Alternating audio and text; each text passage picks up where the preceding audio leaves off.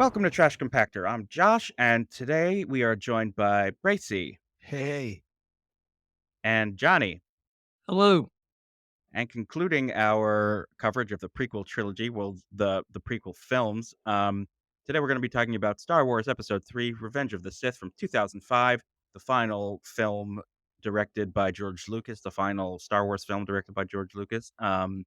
And I am titling this episode Fear of Loss because, dear listeners, we actually recorded this episode with these two guests, Bracy and John, about Revenge of the Sith. And because of a technical issue, we lost that recording. Every creator's worst nightmare. The file was lost. So we are going to be trying to rekindle our discussion that we already had. Hopefully, we'll be able to cover some of the same ground and maybe touch on some new interesting insights that we hadn't had previously.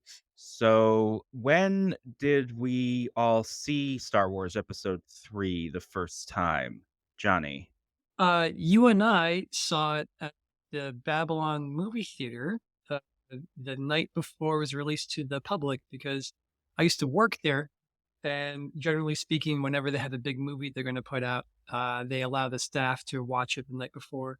And we invited all of our friends and we showed up, and it was a big debaucherous affair, which was a lot of fun. And it was also the first Star Wars movie that you and I watched together in the theater. And I said this last recording and I said it again, but right before the movie started, you leaned over to me and you said, "Johnny, we didn't start this journey together, but I'm glad we're finishing it together." Because at the time we thought this was going to be the last Star Wars movie ever. And it was a good night. It was fun. Bracy, you weren't there? Uh, I don't remember. I honestly I don't remember where I was when I watched I it. Yeah, Bracy, do you recall the first time you I saw this? think I went to that one. I think when I went with my brother, I picked him up out after school and we went to go see it. I was like super psyched about it. Yeah, by the way, I mean, this is weird. So, we're coming up on 20 years since this movie came out. Yeah.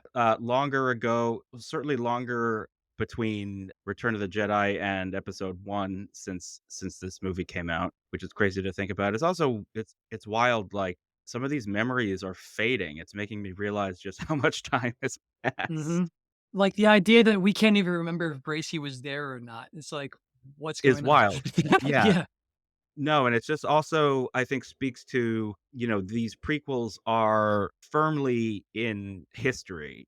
Like, they Mhm. are a part of the history of Star Wars, not like, the new movies or like the next movies to come. Like, these are historical documents, and our memories of experiencing them are fading with age. But I mean, but w- it's relevant. It's like really, really relevant. It's not even just that they're part of the history of Star Wars. Like on Fortnite, which heavily plays on the May the 4th be with you every year, at least for the last 2 years, they really use that as an opportunity for people to jump in as Star Wars characters and really celebrate Star Wars and win Star Wars swag. And this year, the two main things that they put in their marketplace is Anakin and Padme. And they're selling those things and it's kind of better realized versions of them, and it looks really, really cool. It's like really it's a really celebrated part equally because they did the same thing with Luke and Leia, and they did they have they're celebrating Star Wars as pop culture right now for all the kids and adults that play that game. Like that's top of mind and has been for the last week, which is kind of really cool. Yeah, it's cool to see that Star Wars itself as a world is sort of like a timeless thing. And we all knew that with growing up in the original trilogy. And it's cool to see that now that we're at the same distance from the prequels that we were from the original trilogy, that the prequels are holding up with that too. And I Mm. wouldn't be surprised if maybe like 20 years from now, people will have the same sort of excitement over Kylo Ren and, Ray and stuff like that. Like, I just feel like because the nature of Star Wars is like they're not walking around wearing Jinko jeans or anything like that. It's like it's like Yeah. it's Star Wars, so it would always be timeless just because of the nature of it being so alien to what we live in.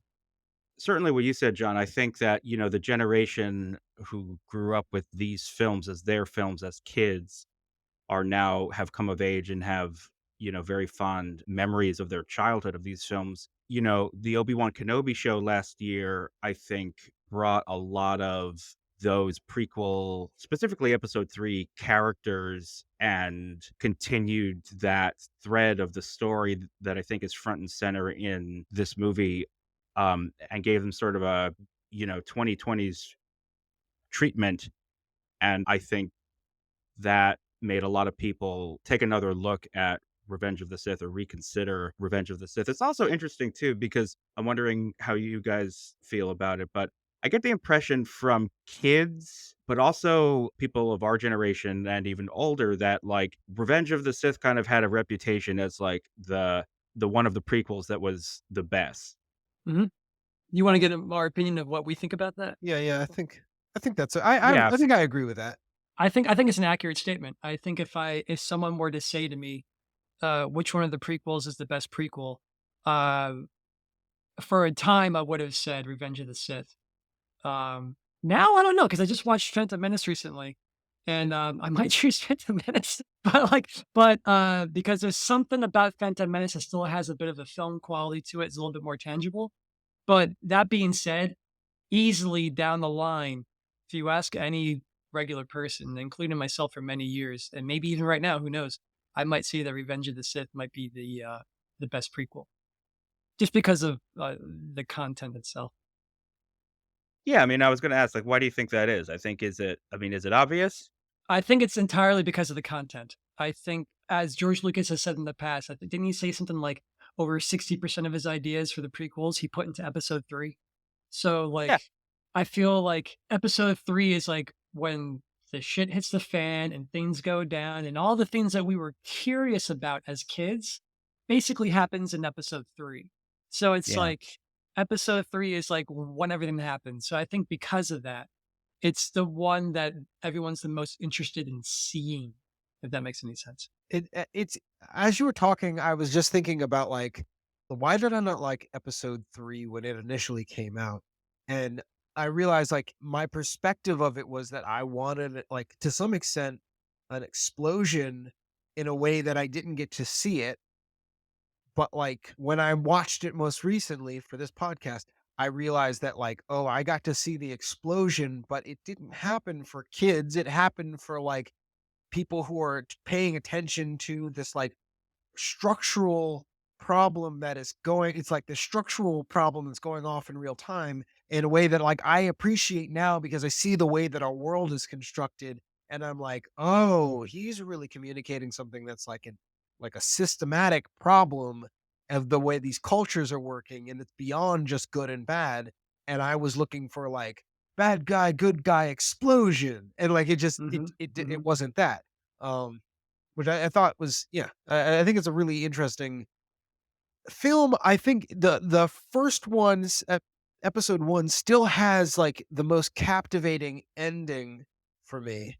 Like, I don't think the movie overall worked, but, like, that ending was like, it's one of those things that for me, it was so epic that it's like I kinda just because it exists in that movie, I'm kind of willing to just, like, let the others go because nothing else in the other movies feel as epic as the Duel of the Fates.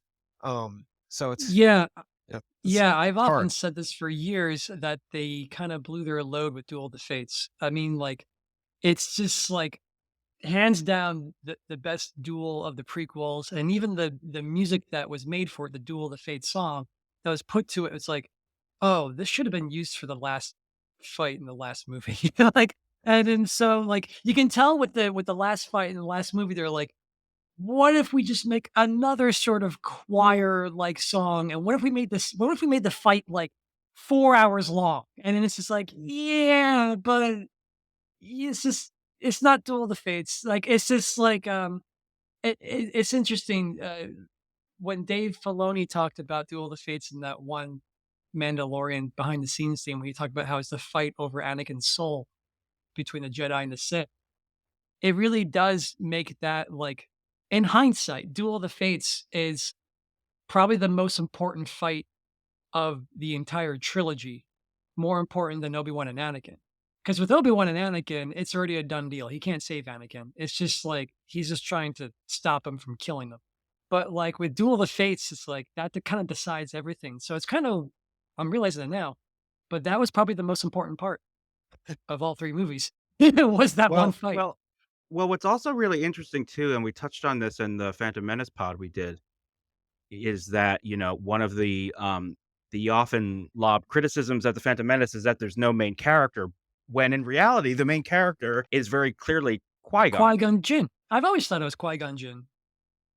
Well, because I think people watching it had trouble seeing beyond the original trilogy characters who we knew. It's like, what do you So mean it's the it's not Obi-Wan Obi-Wan? and Like, what do you mean Anakin. it's not Anakin? Yeah, Yeah. yeah. So if you accept that Qui-Gon is really the main character of that movie, it becomes an even more kind of shocking and perverse twist when he dies Mhm. and loses, and then it's sort of like that's the catalyst for the rest of this saga. You Like the fact that Yeah, if no one if there was a person out there who knew nothing about Star Wars, knew nothing about the spoilers that have been established for decades, if they saw Phantom Menace cold, they might think that Qui-Gon Jinn was basically like a Ned Stark, you know? Like, "Oh, yeah, he's a main guy, he's probably gonna be in all the Star Wars movies," and then boom, he's not, sort of thing. Which is interesting, like, I think George Lucas had that in his mind when he made it, but given the fact that it's a prequel, it's impossible to do unless you, like, show it to someone who has never seen anything Star Wars or even heard of Star Wars, you know? It's kind of hard to keep that they could also have been surprise. handled a little different. Like, we could have done things earlier on to endear you to the character. Mm, I don't wanna say that, never mind. I don't wanna say that, because, like, you could always be like, "Oh, they could have done it better." It's not like, accepting it yeah, for what it was, like, yeah. yeah. I definitely Um, agree with you. to bring it back to episode 3, that's my main conceit about a lot of these things is, I don't mind the idea, I just think that maybe they could have done it in a bunch of different ways. I mean, first of all, Bracy, I appreciate what you're saying. Like, I have a tricky relationship with the phrase like it should have been like this or it should have been like that because it's like, I mean, it should be however the guy making the movie wants it to be. So it's Yeah, kind of like, yeah, but that said, I think one of the trickier aspects of these movies, all three of these movies, but I think it really comes to the fore in this one is the fact that they are serving as not just prequels, but also sequels. So you do have the knowledge of what, quote, comes later. And for me, like, there's always kind of a question mark in my mind about the best order to watch these movies in. And I know George Lucas has said many times unequivocally he thinks 1, 2, 3, 4, 5, 6 is how you should watch them. And I think he was trying to really thread that needle of, making a satisfying viewing experience on first watch cold and also for someone who had seen the original films. But what ends up happening, for me at least, like it does like some weird things that show up in this movie. Like the ending of this movie of episode 3, the way that it seems to go out of its way to literally set up the original Star Wars. It's like we see everyone ending up where we know they're going to end up. Like yeah, we literally see Obi-Wan handing Luke to Beru, and we literally see, Vader looking like Darth Vader. We literally see the white corridors of the Tantive 4 and all of that stuff. And it's just like, we literally see the Death Star under construction, and it's like, like these are just things that if it wasn't a prequel, I don't know. Like, there's a version of this movie. I think there's a very strong argument to be made that a lot of the complaints leveled at the prequels in terms of will it ruins surprises in the original trilogy or it like kind of usurps some of the narrative choices of the original trilogy.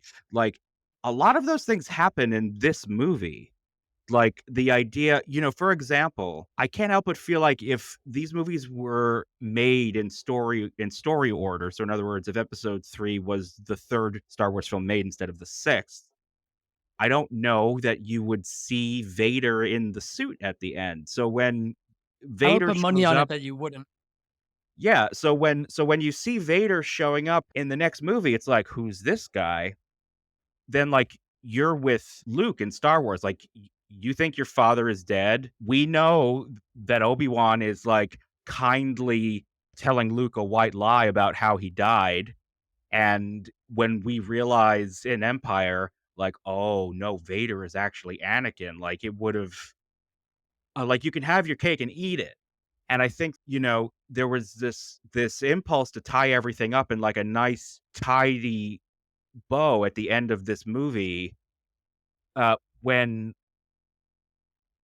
I just feel like if you really wanted people to sit and watch 1 through 6 in that order, there are, like, things you would do or that could be done differently that would preserve some of the narrative effectiveness of the original trilogy, if that makes any sense. I would all I'm gonna say is after this rewatch, I like how I read it initially, I was right there with you. I was right there with you, but this time through, I think all that stuff coming together, the way that what he's trying to do with actually showing him in the suit, unfortunately for the people who don't care for that like no scene, like him yelling, like that is basically the payoff for the highlight of his best moment in that movie. Like they went out of the way to really just kind of push in on him when he was like, "This is the happiest moment of my life." And it was that moment where he was about to he was with, Padme, and, she just told him that they have a child on the way, and underscoring that information was, the fact that he can't have his wife out in public, like the person he cares the most about. And now he just learned the best news. And it's actually, at first, I thought he had some bad acting, but that scene in particular, I was like, actually, he's really wrestling with this. In this moment, you can see him dip into this.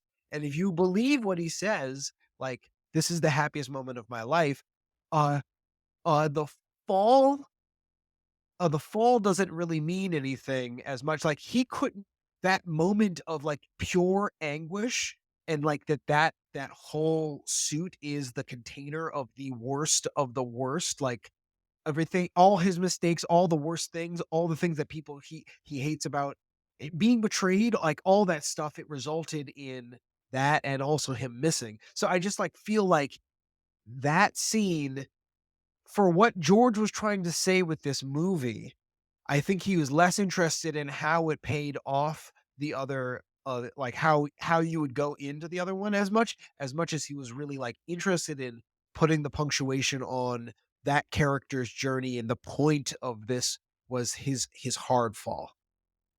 I totally see that. Yeah, I can't really argue with that logic. No, I think that's exactly what he was going for. My only thing about that is that's also talking about what was given to us. So like I understand why that scene is supposed to resonate exactly the way you beautifully explained it. But I would also say that like they could have gotten the same effect by not having that scene and having a different scene entirely. You know what I'm trying to say? Like, it's one of those things where it's like, like ad nauseum, I always say this intention versus execution. And like, maybe that could have been done more in his human form where he actually thinks he did kill Padme and he has a freak out over killing her. And that can also spur the fight between him and Obi-Wan. But instead, he's just like, chokes her out. Now I'm going to fight you, Obi-Wan. He doesn't even think about possibly killing her.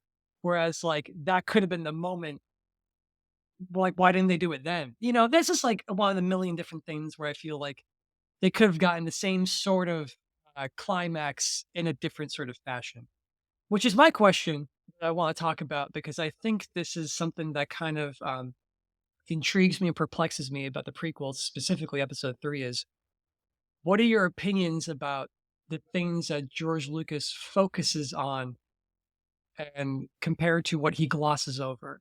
Like, what do you think? For instance, everyone was like, "I wonder how all the Jedi are going to go out. Like, how do they come to their downfall?" And it's just like George is like, they give an order and they all die anyway, and he just moves on. It's like, well, isn't that kind of important?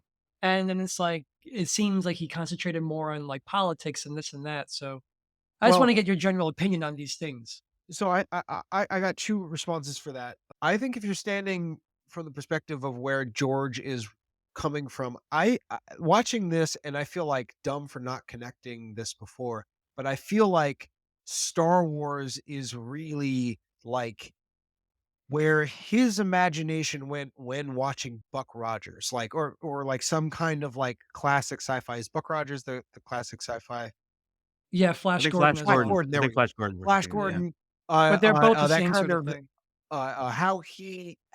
how he was imagining a future or a distant world from watching what he grew up around, like Flash Gordon. So he's coming to it with a style that is kind of even to some extent influencing what we see as an original style. But he's probably pulling from things that really inspired him at a time and an age and a way that you told a story.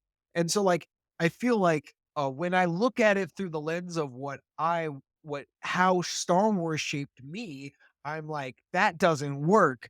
But when I start to realize that he didn't like Star Wars the way that it wasn't what he wanted it to be and feel like. Once I start to realize that, like, well, he's getting closer to what he wanted to feel like, and this is just like if I went back to the 50s when he grew up and I saw this, I would not be thinking about or caring about any of the things that I think about and care about. I would be like, this is an awesome sci-fi epic. And I wouldn't think twice. So, oh, that's just the one thing of like where he's coming from that side. But it sounded like you were going to respond. It looked like you're going to respond, Johnny. Yeah, that's. I mean, like, I feel like he was always inspired by the Flash Gordon thing, but with the original trilogy, I think he also went very much into like David Lean and Akira Kurosawa. And I feel like with the prequel trilogy, he leaned harder into the Buck Rogers Flash Gordon thing, which kind of comes across. Now, the interesting thing is that like the thing that took the world by storm, the phenomenon, was a thing that he didn't like. And then it's kind of like a weird analogy, but it's kind of like how Nirvana thought that Nevermind sounded too polished. And so In Utero was kind of like made in response to like going back to their original core intent, which is be like a garage sort of punk band. And I feel like this kind of is a little bit of that, where it's like, yeah, people love the original trilogy, but like this is what I really wanted to do. And then so I can't fault him for doing anything that he wants to do, you know? But I at the same time, I can look at it as a film and be like, well, here's how I differ in my opinion as to what you could have done. But like I really I give him kudos to being like the unfiltered George Lucas. Like episode 3 is like unfiltered George Lucas, I feel. Well, and I feel like that kind of brings me to the second point where it's like his perspective from his perspective, what if it wasn't that he just didn't like it's not that he didn't like Star Wars, it's that maybe his vision of it was, well, Star Wars is just like this place, Tatooine is just one small place compared to what this world is, this universe that I've created is, and people dug too much into the themes that made it that one thing and applied it to like larger Star Wars when for him it was this other place and this was the story into that, but more so just that like what if this is like he intended it the way that it is, like what if it's actually landing the way he intended it and it's just like he was leaning into that before and after, like he really was leaning into the like this the world literally worked differently before the fall, before the empire, like the world was a completely drastically different place. The world, the universe was, our galaxy was. And I feel like Their world. from that Yeah. perspective, he's much more interested in the politics that don't even exist anymore in the original trilogy. like the politics of the era, because that's the stuff that crumbled, and like that's the where the Sure. meat of where the epic fall was. I think that's exactly what happened.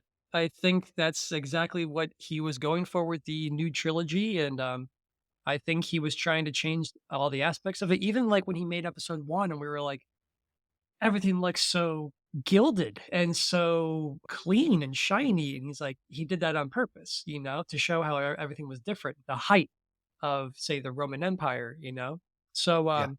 but I guess yet again, where I nitpick is just like that's all fine and dandy, but to make a compelling story and to execute it well, that's a whole other thing, Because even if you have the characters and the wrappings and the focus of the plot, you still have to sell it, And I think for a number of people, and this is something that I've noticed, and feel free to pop in whenever you want, Josh. But this is something that I noticed with people that grew up with the prequels. They were kids and they were their movies. I find that those fans are very much all content oriented. Like, all they talk about is content and lore, and they don't talk about filmmaking and cinema. And so I feel like it's weird that when the original trilogy came out, people were like, "These are amazing movies." And then by the time the prequels came out, it has already become a religion.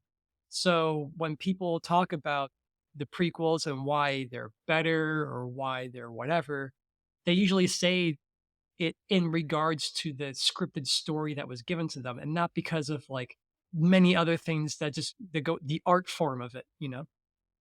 Yeah, well, I mean, that's a very interesting observation. I would say a couple things. I do know there are some fans, some of whom I've spoken to on this podcast about who grew up with the prequels, and then say like as they got older, they began to appreciate certain aspects of the original films and came to see or even regard them as superior movies. I think John Boyega was one of those people too, because he said that Oh, the really? prequels were his movies, and he thought that the original movies sucked because they had terrible special effects. And then when he got Right. older, he was like, "Oh wait, these movies like fucking rule," you know. But he just disregarded them because they were old. Well, I mean, yeah, I mean, I think that there's an element of that in play, and the other thing, the place where I like to think this podcast comfortably rests is, I think Star Wars does one of two things to people. I think you see Star Wars, you love Star Wars, you either become a Star Wars fan or you become a film fan, right? And I think some people go super deep into the Star Wars of it all. It's Star Wars uber alles. It's like it's about Star Wars for Star Wars' sake. Or Star Wars is your first step into a larger world, as it were, and you wanna know how Star Wars came to be. You wanna know what makes it work, why it works how it does. And I think that, what you're talking about, I mean, there are, I'm sure, kids who grew up with the prequels who for whom the prequels were their Star Wars, but I don't know that we necessarily the ones who became film fans, I don't know if they're necessarily as visible as the ones who we see in, like, the Star Wars fandom. Well, I think the reason might be is because when the original trilogy came out, there was nothing else that was like it. And then Right. when the prequels came out, there was a lot that was like it. That was like, VFX. Granted, George Lucas was pushing CGI back then to its brink, but like, No, I it's mean, like a like, you kind of like had, a like, the different. It Lord of was the like a Rings different movies, for world. example. Yeah, yeah. Like Lord of the Rings came out, and the standards have shifted by the time it. I Yeah. mean, even like Independence Day, which is basically like Star Wars in 1995. That's Star Wars. The prequels were special because of the lore. It wasn't necessary, and like the CG special effects for the film nerds. But I think for a lot of the kids, it was just because of the lore, not because of what they hadn't seen before. If that makes any sense. To them, it was like a whole world of things to invest in. Yeah, I think that is true to a degree. I also think, when Star Wars first came out, the original trilogy, like, there wasn't that much deep lore to get into. There was the films and, there were the novelizations, and Mhm. the novelizations had a little more detail in them, but, like, there wasn't like, when the prequels came out, one of the things that made them special was the fact that they were Star Wars. Yeah, exactly. And they're a little bit more, they explain things more, I feel. Like with the original trilogy, it's like the Force is more of a philosophy than it is like a biological thing. And you get these people like Boba Fett who have like, 6 lines and they're in like 10 minutes of the trilogy and people are like, he's my favorite character.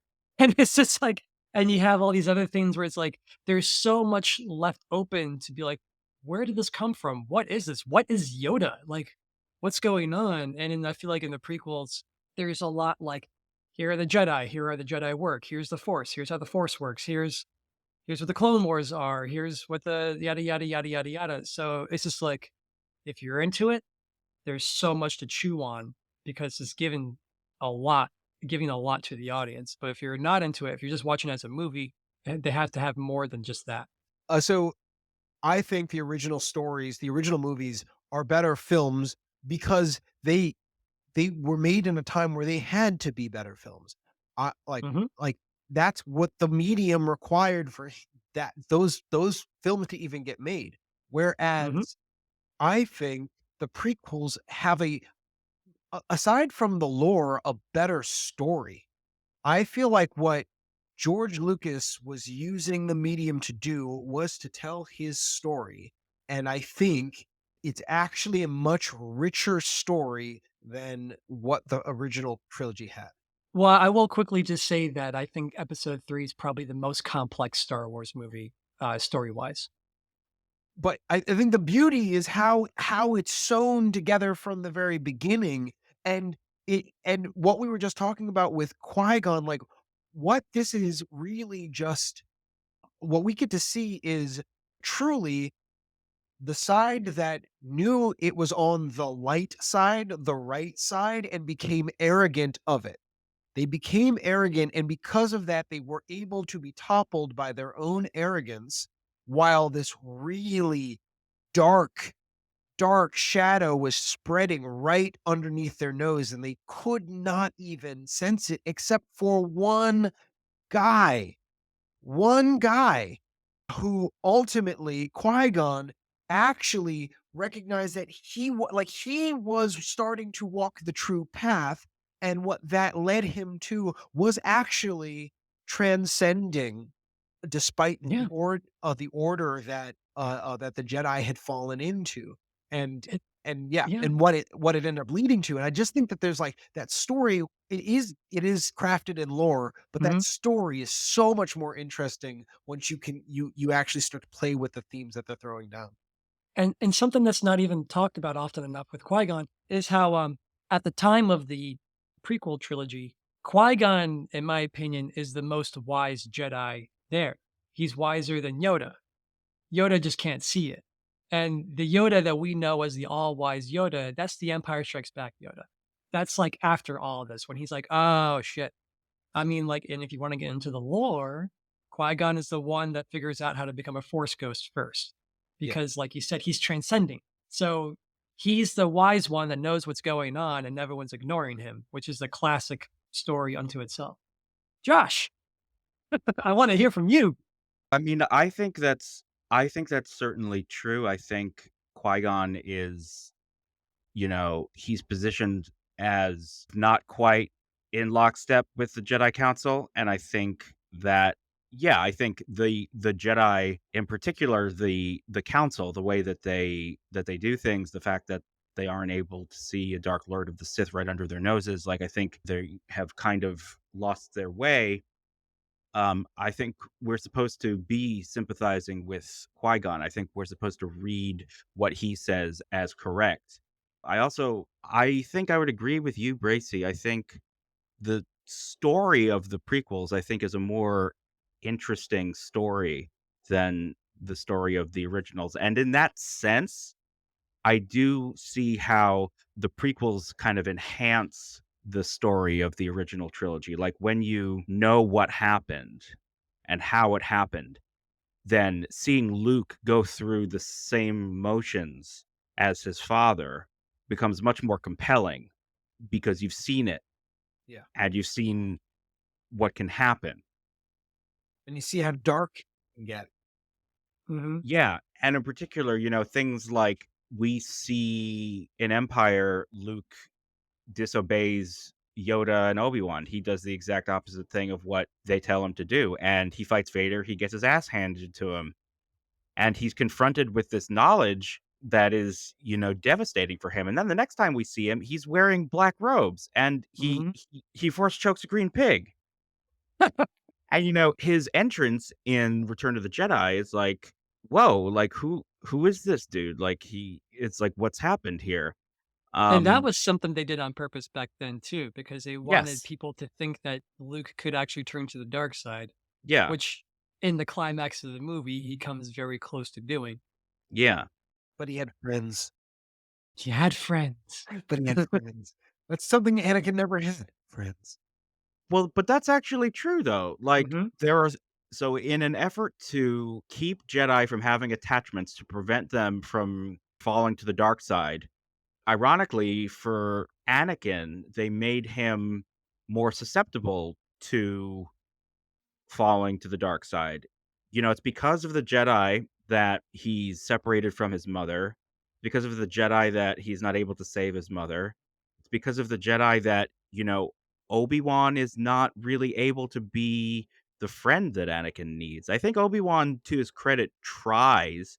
He's doing the best that he can, but within you know, the guidelines of his prescribed role, if the Jedi were allowed to have attachments, if it wasn't such a taboo thing, I think, maybe Anakin would have confided in Obi-Wan about what was going on instead of having to keep it so close, right?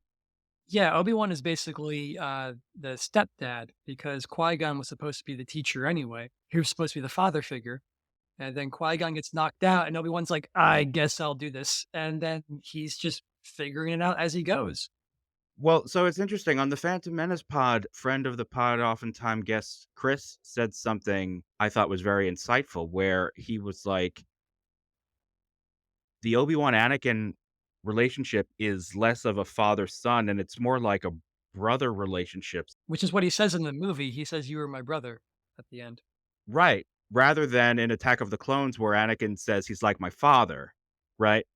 Mhm. And in that sense, Obi-Wan is sort of not there yet. Like he becomes a master sort of by default, but he's not that far removed from where Anakin is. Like he goes right from Padawan to becoming Anakin's master. Yeah, at the end of the movie, he simultaneously becomes a Jedi Knight and a teacher, Yeah. and so that's a lot of responsibility for your first day on the job. No, and they're also much closer in age and than say Qui-Gon and Obi-Wan. Like you get Yeah. the impression that Qui-Gon had a lot of life experience under his belt before he took on Obi-Wan as an And you also get the apprentice. impression that he taught someone else before Obi-Wan too. Like, he Right, yeah, seems like exactly, right. by the end of the movie, he just seems like, he's like, "Yeah, I know you're cool, Obi-Wan, like, you don't need to learn anymore," like, as if he's already done it before. Well, but also Obi-Wan is like you can see in the third episode that he is learning like the choices that they make showing the shots of Obi-Wan as they go through the movie, it's like they're setting up how Anakin is clearly a better warrior. Like he is clearly a better leader. He like a better on the battlefield. He is more superior with the wielding of the Force. And so you're really seeing like through the entire thing. Like there's no way Obi-Wan could beat Anakin in a fight. But at the same time, they're going through and they're showing like Obi-Wan learns. Like Obi-Wan is learning every step of the way. Like he isn't necessarily the first one. Like he'll make a mistake, and he was lucky enough to be saved in a lot of cases. But then he like they demonstrate when fighting General. What's the general's name? Grievous. General Grievous with all those lightsabers. Like Anakin's faster, but Obi-Wan has the ability to, like, actually defend himself, like, he's actually capable, and he also just thinks through things a lot more than Anakin in the longer term, and he's, like, more aware, especially when he's not hyper focused on his, like, one intent, he sees the wider picture, and ultimately, I think that's what saves Well him. what's the thing when you're a hammer, everything looks like a nail? Yeah. And that's Anakin. His approach to everything is just sort of like a brute, straightforward, most direct thing he can do. And for him, that was kind of like his martial prowess. So he was fearless because he knew that he could never really be beaten in that department, you know? And Yeah. his Hayden Christensen's choreography as Anakin is just beautiful to watch, to see him with his lightsaber doing all the maneuvers and all that. Yeah. But as you were saying with He's Obi-Wan, really amazing. Like he's with what he's fucking doing. He's really, really amazing. he's amazing to watch in both of them really. But as you said about Obi-Wan is the wiser one, so he figures things out, like you said. And so the Grievous thing was a great example because before he even starts fighting Grievous, when he sees the guards walking up to him, he looks up and he sees the big ass block on the ceiling. He goes and he just crushes them with a block. That takes no lightsaber finesse whatsoever. He just outsmarted him. And that's something that like Obi-Wan does. When he walks into the bar in episode 2 and he's like, "What are you gonna do?" He's like, "I'm gonna get a drink." Because he figured the assassin was gonna show themselves, and he's like, "Well, maybe if I just make myself an open target, I can get the jump on the assassin thinking they're gonna ambush me." Whereas Anakin would be like, "Where's the assassin? Where's the assassin? I'll fuck him up. I'll fuck him up." Like, and it's like, that's not the best approach to everything. Hence, when you see the final fight, Anakin's going ham on Obi-Wan with everything. And Obi-Wan is just retreating and retreating and retreating and retreating Yeah. until legendarily, is that a word? He gets Yeah. the high ground. And he's like, "I win." Like, he didn't have to fight harder. He just had to fight smarter, which is what he did. No, yeah, and then that's the final sort of example of it, because he's seeing moves ahead. He's like, "Anakin, like, you try this, I'm gonna cut all your arms off. Like, I'm gonna Yeah, cut all your limbs off." he gives him warning. He's like, "You already lost. Yeah, I'm gonna win." yeah, and that's not something that Anakin is willing to even entertain. But Like, he can't but also the like how they set up that character, like I see it more and more. Like this is something that Josh and I talked about earlier, where it was like Vader was always meant to be the thug, right? Or mhm, originally conceived of as the thug.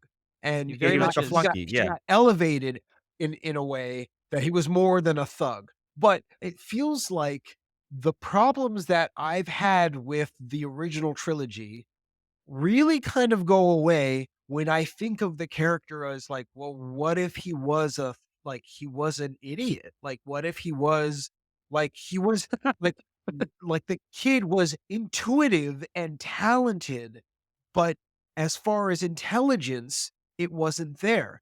And what if like that was the character and all the things that we were like talking about, like, oh, that kid's not a good actor, or stuff like, but what if that was actually perfectly played and we were just to some extent like as an audience trained to think like, well, they have to look stupid to be stupid to some extent, you know, like they have to, like he couldn't possibly be that this kid in the movie is like unintelligent, but that literally is the character trait that I feel that is being utilized Well, throughout the entire story arc. there's something to that I did notice when I was watching the last time. One, every person in this movie is every actor is really committing to one direction for their thing, I feel. And Anakin's, I feel like, is a very bold sort of like I don't know what the word, I guess like pig-headed earnestness. Like he kind of is like the jock. He's very much like championship winning, like ace quarterback guy, but he needs a good coach, you know? And then his head gets too big. He's like, I can do it. I don't need the coach. I got this. And I totally see all that. And the one thing I will say for the acting performances, when people say like, oh, it's bad or whatever, like they're doing the best with what is and what is not given to them. I mean, when you're in a room filled with all blue and green, and then your lead direction is do it again but faster. It's like, and you're not getting down to the crux of the character. No shade to George Lucas or anything like that. They just have to commit to their specific choice. And I will say, like this last time watching it again at my tender age of 40, those decisions came through a lot more, not just with Anakin, but also with Samuel L. Jackson, also with Natalie Portman, also with even Jimmy Smits. Like, even with General Grievous, it's like, oh, he's sort of like that Buck Rogers slash Fu Manchu bad guy, you know? Does it all work together? I don't know, but I totally see what you're talking about, Bracy. I'm done with my rant. Well, speaking of, tender age of 40, I wanna talk about Anakin's fall. And, Bracy, last time you said something really interesting. You said that a lot of things in this movie, when you watched it now as an adult, hit you differently, and I asked you to give me an example, and the thing you said that you read much differently watching it now versus almost 20 years ago was Anakin's fall. And I'm curious if you could elaborate on that. You said something about how, it's in particular in that scene with Sidious and Mace Windu where, he's literally caught between two, in his mind, very hard, very not good decisions. And it's kind Yeah. of like whatever he chooses, he's got to be all in on that. Yeah. And that moment is sort of a crucible that kind of forces him to choose. Yeah. So leading everything up to that, realizing how well played Palpatine is it like he's playing his hand, like how well he's playing his hand. How well he has strung this slow game, the slow tie underneath everything and making it so the perspective of Anakin, he can see all the hypocrisy.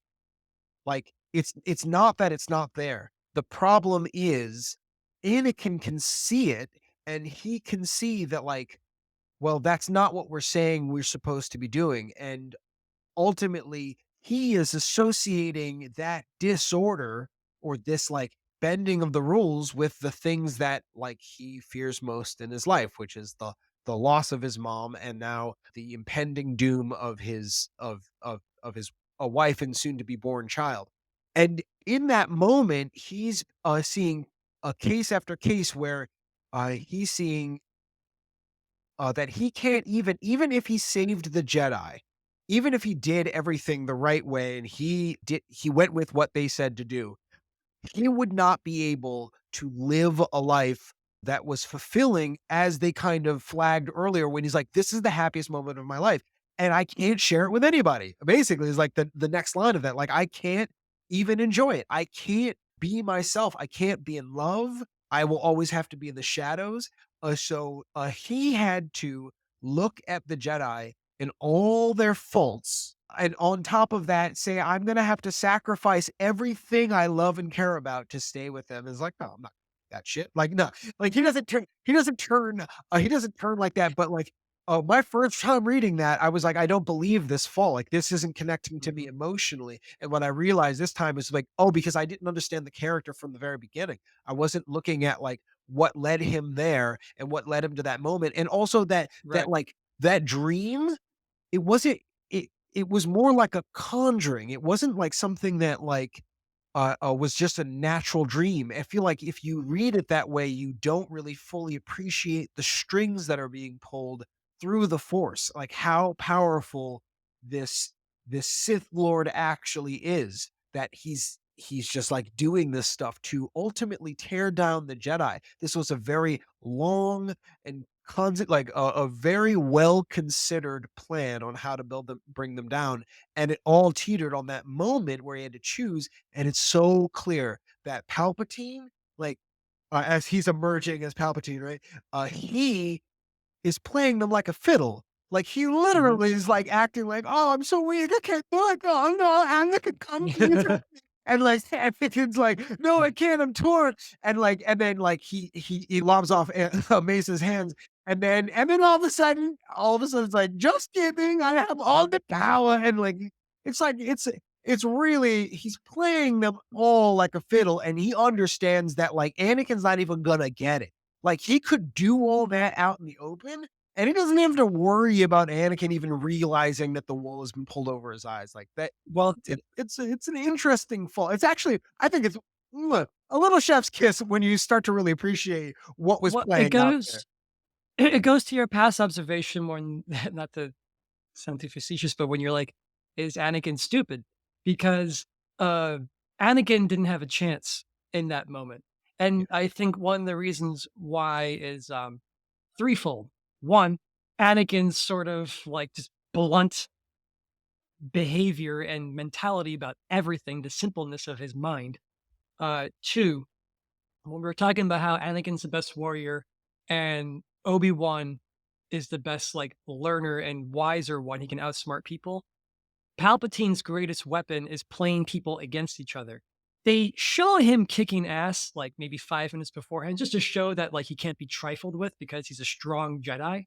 But like, it's not about Palpatine's prowess. It's about Palpatine being a Iago, like an Othello. It's like him being like a genius when it comes to politics. So you have these two aspects, and then who's the Jedi that Anakin has to choose? Mace Windu, the most Right. stoic, cold Yeah. Jedi of the bunch who couldn't give a fuck about Anakin at any given day, who has repeatedly told Anakin, like, yeah, go sit down. We're not listening to you.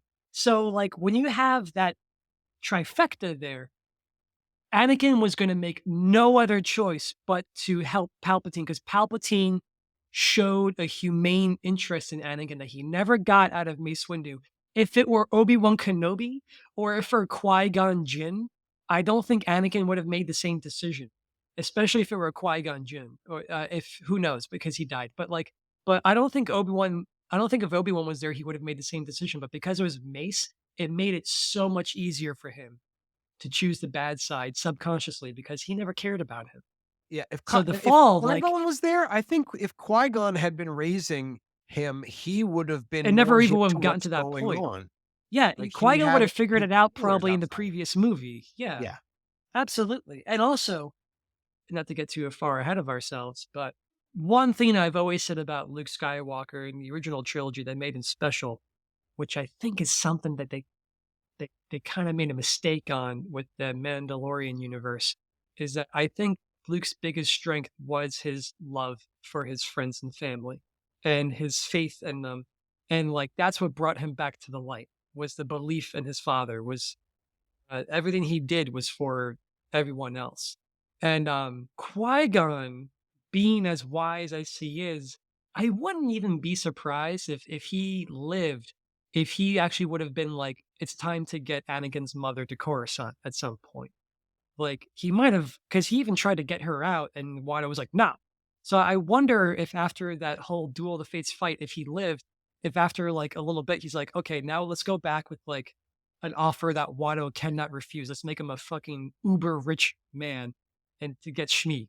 And then that might have happened, but it's not something that did happen because Obi-Wan and the rest of the Jedi were still going by the old philosophy. I don't want to go down that rabbit hole Well, too I much also because I don't wonder want if to get that away was from this part of the movie. plan. Like, to me, it's like, what if it wasn't he wasn't too far from the age in which he would have been able to do that, and just before he gets to that age where he could actually get her out of this, like, all of a sudden, she's killed by what we now know from the Boba Fett series isn't necessarily this, like, evil, awful, a mindless group of thugs. Like, it starts to look a little bit more like, oh, looks like that was intended. It was an Who's to intended say? killing I mean, to like, yeah, that Pavlov him something. I mean, like, there are conspiracies within the movies of like, did Palpatine create Anakin? Did Palpatine actually use the Force to kill Padme? Yada yada yada. But I just think that's all fine and dandy as long as it's like his character works on screen by like, but like that's all fine and dandy. But the fact that they do a good enough job to show that he's a genius with interpersonal behavior, I think that's all you really need because like whether I or disagree not, with that. I disagree because with that I because of because what with they're me it's setting up like it's in the Force, the story that they've set up in the sight that like in the power that they're suggesting that they have. Like, the scene in Empire where Luke is sitting with Yoda, Yoda just like low key is like, long I've watched this kid always like, looking off into the Mhm. stars and never his mind on where he was Where and what he he's doing, right? was. Like, Yeah. it's like, think about someone as powerful as Yoda, if not more powerful than Yoda, who is on the dark side with that exact same power. Like, Yeah. and No, no. that's the story that they set up. The subtle thing is like when you start to realize why is Sidious setting up what he did the way that he did, it's like he's been manipulating him, and I feel like it's pretty clear that those weren't just dreams when you start to think about it, that like he had this horrible premonition and then all of a sudden his mom happened to die. It's like, Well, I think it's one of those things where it's like a combination of two, and I feel like to the movie's credit, uh which is something I usually don't say very often, but to the movie's credit, they give you enough of Palpatine's character and behavior to show his long game con man manipulation, to show how he can easily exploit something that was unexpected. He rolls with punches like a motherfucker. And so like a lot of people believe like, oh, Palpatine through the fight with Mace Windu uh and whatever. And I always thought like I don't think Palpatine threw the fight with Mace Windu. I think Palpatine knew that Anakin was probably going to show up, but I think like once Anakin showed up, Palpatine's like adjust, pivot. And then he just pivoted to win the situation, whereas Mace Windu couldn't do that. but But he needed Anakin to do exactly what Anakin did. Like the he whole did. plan, I everything think came he down to Anakin being that person at I that think moment. he just anticipated him just showing up. Like I think he actually expected Anakin to walk in through the door with everybody else. But yeah, I think Palpatine was the one that put the dreams in Anakin's head that made him think that Padme was going to die. Stuff like that. Maybe he was the one that killed Padme too. I mean, he does say to Vader at the end, it seems that you've killed Padme. How would Palpatine know that Padme's dead? Because he wasn't there when she died. As far as I knew she was still alive. Who knows? I don't know. But like, I just think it makes his character richer in the sense of like not in power, but just in sort of like a diabolical scheming way. Like he's a real motherfucker. And that's why I like about him in this Yeah. movie. I would just end that off by saying, like, I think that the kind of mystery that I always, loved the original series for, the original trilogy for, that magic, that mystery, that weight of, like, what happened in the past, I feel like the version of that in these movies is, like, actually, what is the extent of Palpatine's power? Like, Mm. unlimited power, like, we just kind of toss that off like a throwaway, but like, what is the extent of his power? Like, and I feel like those movies were kind of constructed to really make you sit with that. Like, this guy is a lot more powerful than we give him credit for. And to some extent, it is our arrogance. We are taking the position of the Jedi. We are not appreciating how powerful this guy actually is. And somehow we believe that we are seeing more than, we're not seeing what the film is intending or not. I don't know. I just feel like there's something sitting there. It's just like, it's kind of a cool creep. Yeah. I guess the only thing I could really say is if we're just talking about powers and stuff like that and the effects on people like from across different planets, there's a lot he could have done with other people, including Luke Skywalker. So I kind of lean a little bit more towards him just being manipulative and exploitive. That being said, though, the script is as such where like, yeah, man, like it's possible. Like that's the thing. But the other thing to It's possible, you know. Well, but also, like, Luke is a little different because now once you know what Palpatine was up to, like, he has Obi-Wan protecting him, he has Yoda protecting him, he has, like, and then yeah. there's also, the Emperor's won. Like, he's He's not complacent. trying. Yeah, he's not trying to, manipulate another pit bull. I think it's another example of what you're saying, John, of he's rolling with the punches. We Hmm. see it happen in Empire Strikes Back, where he's like, the son of Skywalker must not become a Jedi, and then he senses some Mhm, hesitation in Vader, and I think his calculation changes at that point. He's like, okay, I'm going to see what he does. mhm. Worst case scenario, I will turn the son and have him kill his father. And then kind of like how we are talking about how there's two different Yodas, there's also two different Obi-Wans. And obviously there should be two different emperors. And he gets really conceited by Return of the Jedi. He always was. But like just the idea that like once Vader says, what if we turn him? It seems that by Return of the Jedi, the Emperor kind of like really leans into that Knows. idea. Yeah, And no, like he does. He he leans knows. into it so much, and then he's like, he's like hoping that he'll kill Vader, you He know? kind of is And hoping. it, He kind of he is is. hoping that he's gonna kill Vader, yeah, And because I then think when he he's senses. I was just gonna say, and then Sorry. when he's electrocuting Luke Skywalker, he can't even fucking sense that like Vader is like troubled next to him. He's just so like he's like, I own your dad, I own you, I own this, this is my house. He's just so he got blind, to his own you point of know? his own arrogance. He got taken down by Yes. his own arrogance, His which own is arrogance is the what killed him because ultimate. if he was paying attention, he would have sensed that Vader was like not having it while it was happening, you But know? I think that's, like, I think to some extent that is the point of, I Yes. think, the movies in which, George was trying to construct, is that it is not necessarily about the light side or the dark side. It is about, when you get to the height of power, you have the height of ignorance, and then you are Hubris. ultimately taken down by your own Mhm. bias, by your Yeah, own your own arrogance inability and to see complacency. what is directly in front of you. Um, That's right. It's the arrogance and complacency that brings everyone down at a certain point. That's how Rome falls. That's how the empire falls. That's how the republic fell. And, which is arguably how this country is gonna fall. Yep. That's Or how is in the every process major of still falling. nation three falls three is months Yeah, through before it's arrogance and fall. complacency. right. It's interesting, just hearing you say that, like, for me, it's virtually impossible not to read this story as being directly influenced by George Lucas's divorce. Like, I think that, he had his empire, he had gotten his empire, he built Skywalker Ranch, and I think Marcia Lucas leaving him for another man really devastated him, similarly to how, in this movie, how Anakin, he's so afraid of losing Padme. Padme is, the center of his universe. It's he says, just help me save Padme's life. I can't live without her, right? Yeah.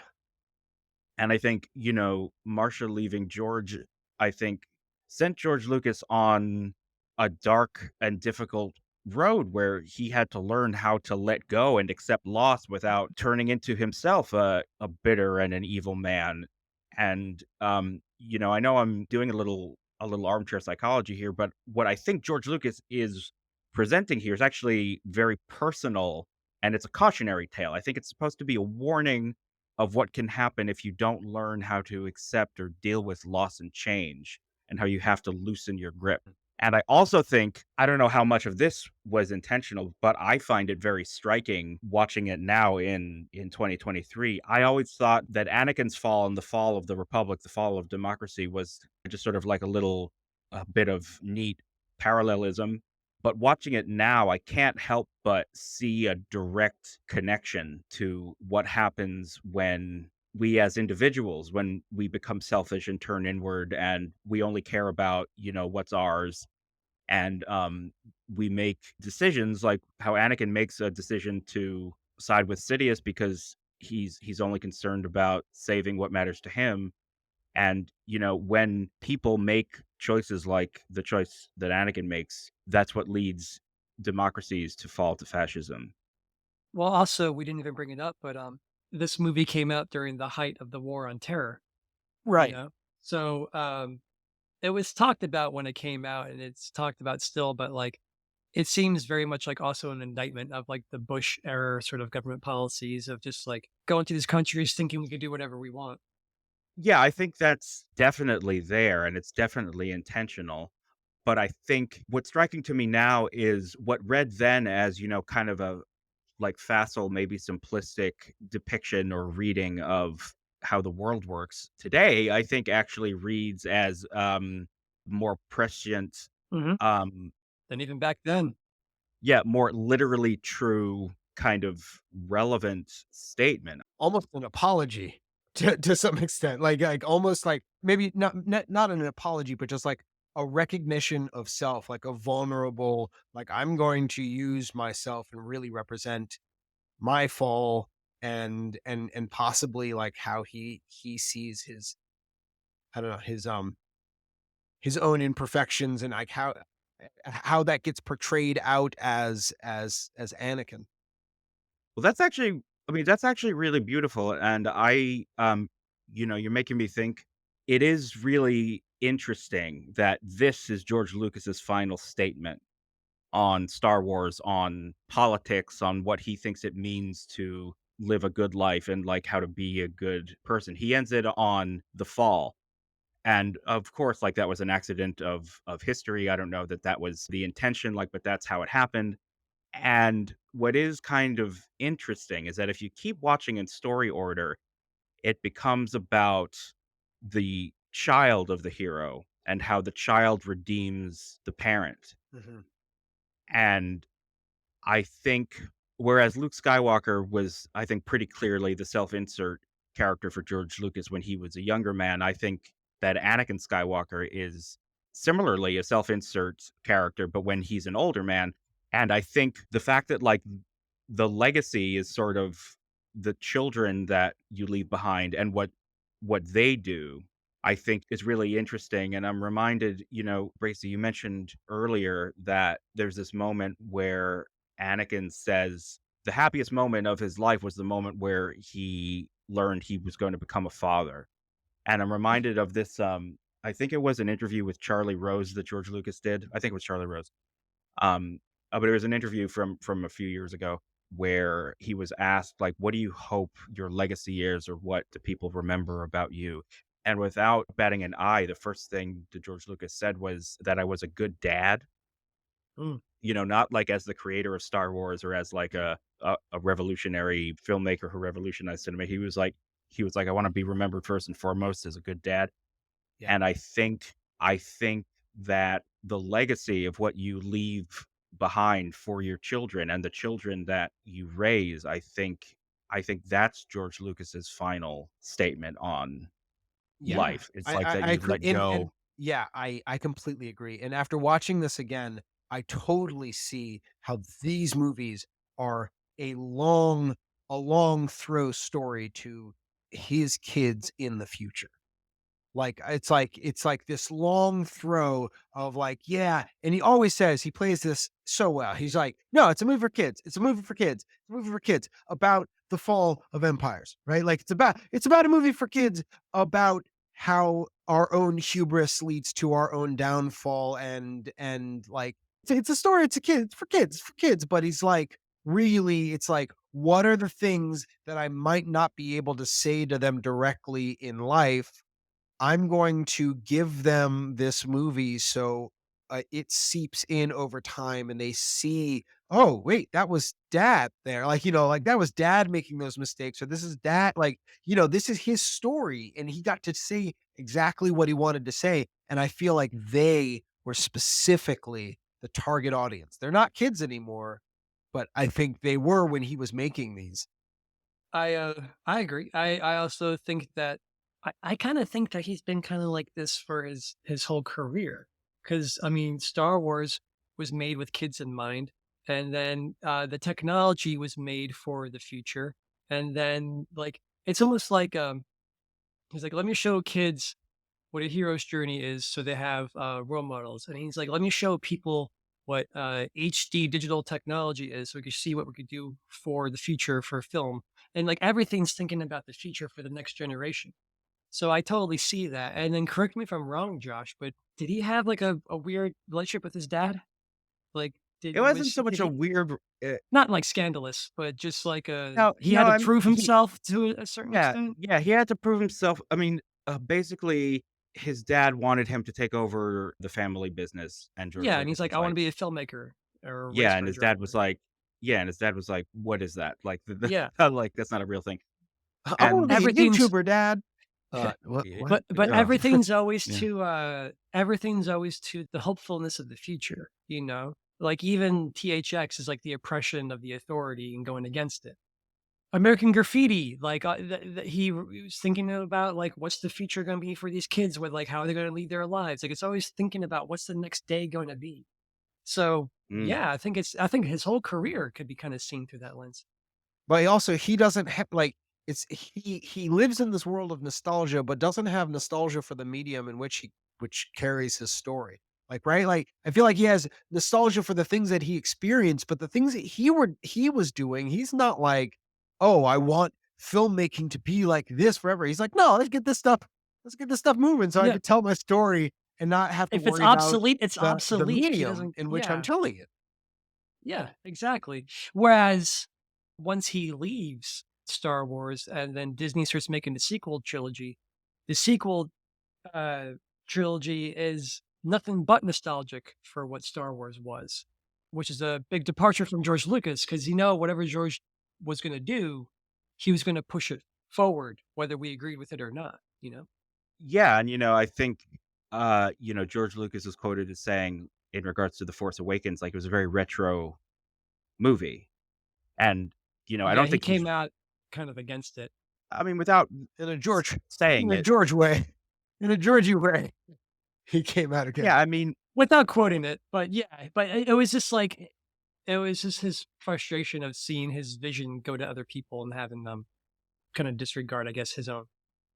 John, you were saying about how they, made a mistake with Luke in the Mandoverse, but I would argue that that's kind of the point. Like, Luke makes a mistake by not learning from why he was successful, Right. and he thinks it's his job to take up the mantle of the Jedi and rebuild the Jedi the way that they were, and I think that that leads him to where we ultimately see he ends up in, The Last Jedi, and then Yoda grows again, and he has to be the one like, "Don't you understand, man? Like, I was wrong. We were wrong. You Right. were right." Which this movie makes that whole movie understanding 3 makes that whole thing even better. Like Sure. like Luke's journey is Yoda's journey in episode 3. It's Y like But yeah, like he's one step behind. yeah, Yeah. exactly. but my thing is that if you have a movie that shows a character or story where it shows a character learning lessons and then the movie ends where they've learned these lessons and then the next time you see them they have forgotten those lessons, I feel like that's a bit redundant and it's something that happens quite a lot actually with a lot of these franchises and it happened with like Scarlet Witch. After she went through the whole WandaVision thing, she learned her lesson, and then the next time you see her, she's repeating the same arc in Doctor Strange: Multiverse of Madness. And with Star Wars in particular, it's not even just Luke; it's also Din Djarin. I was listening to your season 3 podcast earlier, and it was great. But by the end of season 1, Mando's learning that not all robots are bad. By the end of season 2, Mando is taking off his helmet willy nilly because he knows that that's not as important as doing the right thing and the people that he loves in his life. And then in episode 1 of season 3, and for the whole season, he's like, fuck robots, never take my helmet off. And it's like, dude, what happened to all the lessons you learned in seasons 1 and Yeah, 2? Well, that was a And I little feel like disregarded, and I don't think that was Jon Favreau's. but I'm making a joke out of it, but it's like what happened to all that character growth? And I feel like with Luke, I thought I always thought before they made the new movies and the shows, obviously, that by the end of Return of the Jedi, Luke was going to be different because he himself represented balance. He was like, listen, you can't just disregard the things that we care about. The things that we care about is what wins us the day. That's how he succeeded. And then the next time we see him, I guess in the lore, which is Mandalorian, he's like, ah, fuck all that. It's just like, what happened to his arc? So it's just more of like a storytelling thing. I don't care if he fails. I think it's great when every character fails. I mean, like The Godfather's one of the best fucking movies ever, and it's about this guy failing, failing, failing. So I just think it's about how do you execute that idea. And I think they could have executed the same idea with just a different angle. Give him a situation that he's never been in before. Let's see that. I don't know. I mean, for a story arc that's being written by multiple different people over generations, I think it hangs together pretty decently. But yeah, I take your point. Yeah. Um, I'm not like livid about it, but it's just one of yeah, those no, no, things. no. Um, any closing thoughts about Star Wars Episode 3: Revenge of the Sith? Uh, to go with what Bracy was saying earlier, and I agree. I think this movie has the most in it out of any Star Wars movie to dig into.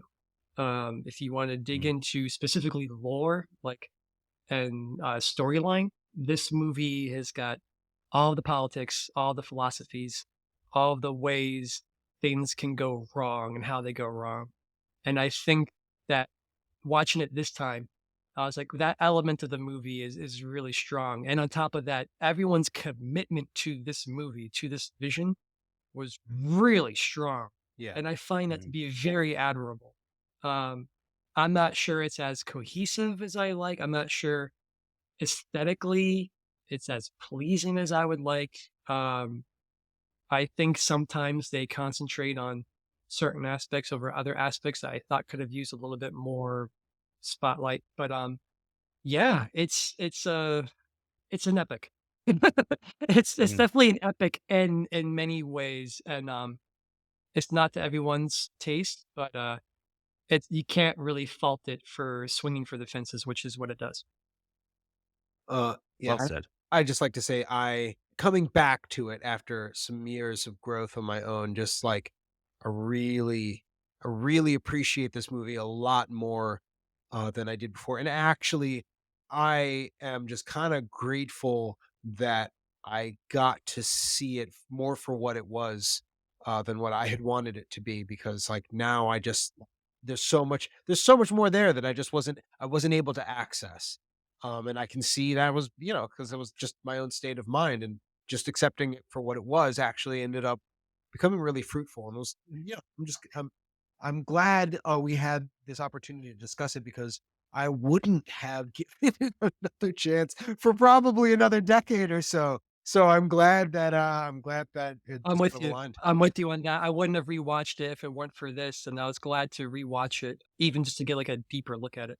No, well said, both of you. I echo, both of what, you guys are saying. I think, revisiting it all these years later, I think I'm picking up on different things are resonating with me. The movie hasn't changed. It's me that's changed, my perspective that's changed, and, it's got a lot of George Lucas's idiosyncrasies in terms of, the things that he enjoys seeing and the way he presents things. But I said this on the episode 2 podcast. I think, in this age of, generative AI and all of these discussions happening about what the future of the art form, of what many art forms, but here specifically what film and movies are gonna be. I think, in a weird way, those idiosyncrasies are all the more important. Like those imperfections, I'm using air quotes, like those imperfections are what gives movies character and resonance. So ironically, I think I appreciate it more for the things about it that I would, maybe have once upon a time considered flaws or rough edges. I think, you know, for better or worse, like this is a pure expression of one person's imagination and thoughts and ideas and beliefs, and I think it's really special. Here, here. Here, here. If you liked what you heard, please visit trashcompod.com where you can find transcripts of this episode and our other episodes, or drop us a line at trashcompod@gmail.com. Let us know what you liked or didn't like, or what you might want to hear about on future episodes. And we are Trashcompod across all social media, and we will see you on the next one. You're very good at that outro. Oh,